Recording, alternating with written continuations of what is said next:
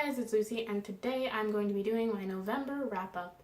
Another wrap-up that is not on time, although this one I guess is a little bit better than when I posted my October wrap-up 2 days ago, so it is what it is. In the month of November, I read 4 books, so not nearly as much as October, but 4 books is about the average that I do per month, so a perfectly fine reading month for me. And now let's just talk about the books that I read. So first I read Daughter of Smoke and Bone by Laini Taylor. This is the first book in the Daughter of Smoke and Bone trilogy. I think that's what it's called. I listened to the audiobook, which was read by Christine Havam. This is definitely a much beloved book and series on BookTube. I remember when I was first starting BookTube and watching Catty-tastic for the first time, and she raved about this series. So that is when I first heard about it. But I know obviously other people have read and loved this series as well. Even though I've heard a lot of people talking about how much they enjoy the series, I haven't actually heard a lot about what it was about, so I managed to go into the book not knowing a lot, and that is how I recommend you go into it too. So a bare bones synopsis is basically that this is about a girl named Karu who lives in Prague, and she goes on mysterious errands that no one really understands or even knows about, and draws monsters that may or may not be real. So I enjoyed this book. I gave it 4 stars. I did not love it as much as a lot of other people loved it, but I still definitely enjoyed it. I found the whole premise, magic system, and plot really intriguing and wanted to keep reading to learn more about these things. I didn't think the writing was as beautiful and lyrical as everyone said, but that might have just been because I listened to the audiobook, so maybe it just didn't come through that way. But I still thought the writing was definitely well done, and there were some good lines in there. But I did enjoy reading this, like I said, and I definitely want to continue on in the series because the cliffhanger it left off on, I really want to know how it all ends up. That's definitely a strong point. I really think the world that Laini Taylor set up in this was so interesting, and I really want to know more. And how magic works and stuff is definitely really interesting as well, and I thought it was explained really well. The only thing that I can see being a problem for some people is that I've heard a lot about how this might be considered insta-love, and I would have to agree. This insta-love didn't bother me so much because it had a different, not a different take on it, but a different quality about it that I can't really share without spoiling the series. But if that bothers you, then maybe it's not for you. Next, I read the much-awaited Turtles All the Way Down by John Green. I ended up enjoying it. I gave it 3.5 stars.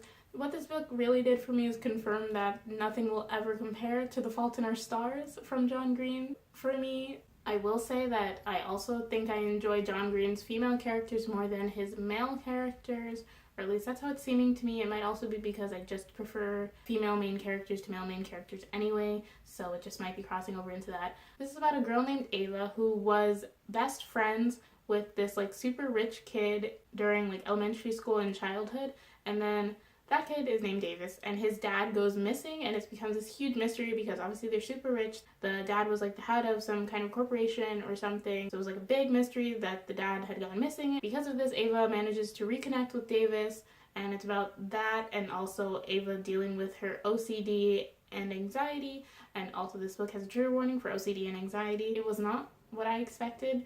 I didn't really know the premise before I read it. The premise is super intriguing, but it didn't really go how I thought it was gonna go.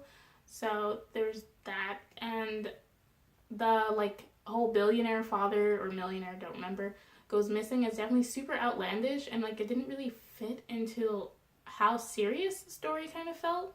And there's this whole thing with the Tarantella, or Tarantella's dance, isn't it? Tarantula?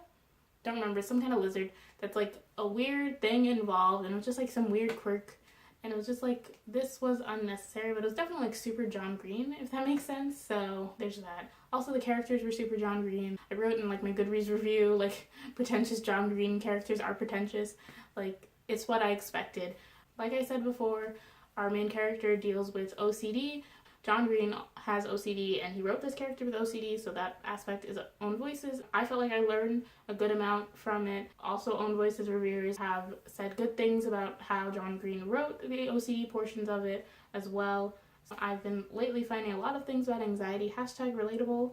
I don't know what that means, but that also I thought was done really well.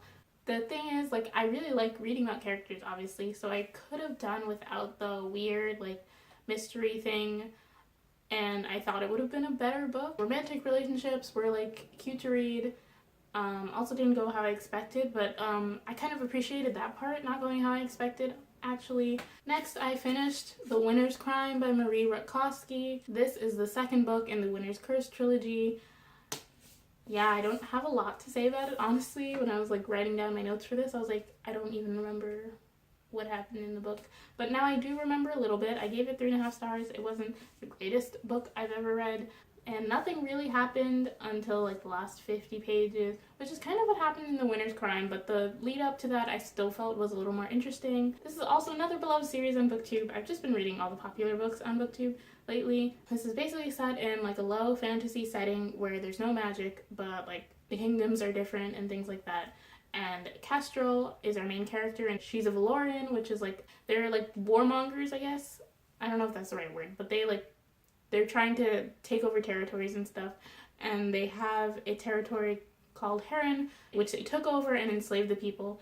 And then Kestrel is like the daughter of a high general in the Valorian society, so she goes to the market one day and buys a slave, and it goes from there. And then this book is a continuation from the first book, and like more stuff happens, more political stuff happens, but I don't know, it just wasn't like super interesting. But I did buy the third book because I have no self-control, and I did want to finish it. Like the last 50 pages did make me want to see how it's gonna end, and I feel like this was a lot of setup, so I'm expecting like some kind of epicness in the third book. I feel like I'm setting myself up for disappointment, but a girl can dream. And the last book that I read in November was The Ocean at the End of the Lane by Neil Gaiman. I listened to the audiobook, which was also read by Neil Gaiman, and I gave this 4 stars. I enjoyed reading this. This is about a man who ends up going back to his childhood home on his way to a funeral, and while he's there, he kind of reminisces about like a specific time during his childhood, and the story mostly takes place during that time and like him looking back on it. That's all I kind of want to tell you, because this is another book that I went in not knowing almost anything. I think it was better for that, so I had no idea what to expect going in, and it was kind of a little bit not this, like I really had no idea what to expect. But this is like a creepy, haunting story. Like the writing style like makes it feel like super like haunted. Like the atmosphere was like super haunted. Like there were gray clouds all over the story, but like in a good way. Kind of like a dark fairy tale, I guess. It was, I guess, a little bit like a dark fairy tale. And like the hauntedness was really enhanced by Neil Gaiman's narration, so that was a really nice aspect to it. If you're looking for like kind of a darker fairy tale, because like I think it's more like a fairy tale because like there's like magic and stuff going on, kind of, but it's not really explained, so it has that kind of fairy tale quality to it. Like it doesn't feel like, oh, this is lazy writing. It just feels like we're only getting a snippet. So those are all the books that I read in November. Now I'm caught up in my wrap-ups, so yay me. Thank you so much for watching. If you liked this video, please be sure to give it a thumbs up. If you have any opinions about any of the books that I talked about in this video, please be sure to leave a comment down below. And if you haven't already, please be sure to subscribe to my channel, because I am doing the 12 Days of Lucy Reads, which is a series where I post a video every day until the new year. So thank you again for watching. I'll see you in my next video. Bye!